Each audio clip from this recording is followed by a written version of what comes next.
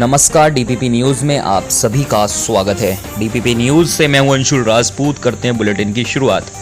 Budget से corporate खुश, share बाजार बम बम। जाने मिडिल क्लास को क्या मिला, इस रिपोर्ट में हम आपको बताने जा रहे हैं। आपको बता दें, कोरोना संकट में नौकरियां चले जाने या सैलरी कटौती से मध्यम वर्ग काफ़ी परेशान हुआ है। इस बजट से कॉरपोरेट जगत खुश है, शेयर बाजार बम बम है, लेकिन मध्यम वर्ग को कुछ खास नहीं मिला है। व्यक्तिगत आयकर में कोई बदलाव नहीं किया गया है। इस बजट से कॉरपोरेट जगत खुश है, शेयर बाजार बम बम है, लेकिन जो मध्यम वर्ग है उसको कुछ खास नहीं मिला है। व्यक्तिगत बात करें, आयकर में कोई बदलाव नहीं किया गया है। सबसे ज़्यादा 80C में बदलाव की मांग की जा रही थी, लेकिन उसमें भी कुछ नहीं किया गया है। हालांकि छोटे निवेशकों को राहत देने के लिए कुछ ऐलान किए गए हैं। टैक्स के मामले में अगर टैक्स की बात करें तो सिर्फ ये प्रमुख ऐलान दिख रहे हैं कि 75 साल या उससे ऊपर के सीनियर सिटीजन को इनकम टैक्स रिटर्न फाइल करने की ज़रूरत नहीं होगी। यह सिर्फ उन लोगों के लिए होगा जिनकी सिर्फ पेंशन और ब्याज से आय होती है। बैंक डूबने पर समय से मिलेगा पैसा। वित्त मंत्री ने कहा कि किसी बैंक के डूबने पर जमाकर्ताओं से समय से और आसानी से पैसा वापस मिल जाए, इसके लिए संशोधित व्यवस्था बनाई जाएगी। गौरतलब है कि पिछले साल के बजट में बैंक जमा पर बीमा को 1 लाख से बढ़ाकर 5 लाख किया गया था। इसका मतलब ये है कि किसी बैंक के डूबने पर जमाकर्ताओं को अधिकतम 5 लाख रुपए वापस मिलेंगे। ई कॉमर्स कर्मचारियों को भी ESI का फायदा।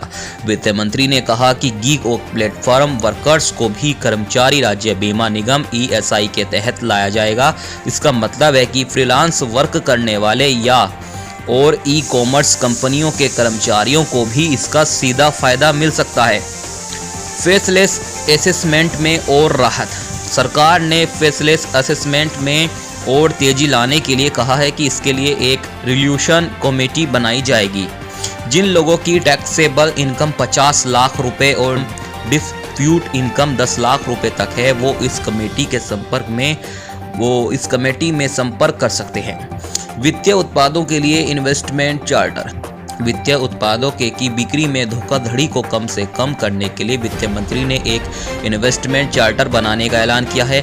इस चार्टर का फायदा सभी तरह के वित्तीय उत्पादों के निवेशकों को मिलेगा। इसके तहत निवेशक धोखाधड़ी के बारे में शिकायत कर सकेंगे और उन्हें जल्द समाधान देने की कोशिश की जाएगी।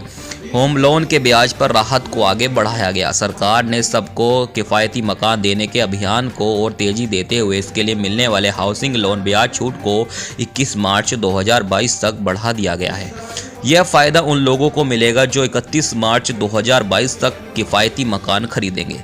Zero coupon brand. वित्त मंत्री ने उन छोटे निवेशकों के लिए निवेश के लिए एक नए साधन जीरो कूपन ब्रांड लाने का ऐलान किया है। टैक्स बचत करने वाले इन ब्रांड से सरकार को इंफ्रास्ट्रक्चर पर होने वाले खर्च के लिए रकम जुटाने में मदद मिलेगी। कोरोना संकट में नौकरियां चले जाने या सैलरी कटौती से मध्यम वर्ग काफ़ी परेशान हुआ है। सरकार ने जो करीब 30 लाख करोड़ रुपए के राहत पैकेज पिछले साल दिए, उसमें से मध्यम वर्ग को कुछ खास नहीं मिला। इसलिए अब मध्यम वर्ग को बजट से काफ़ी उम्मीदें थी।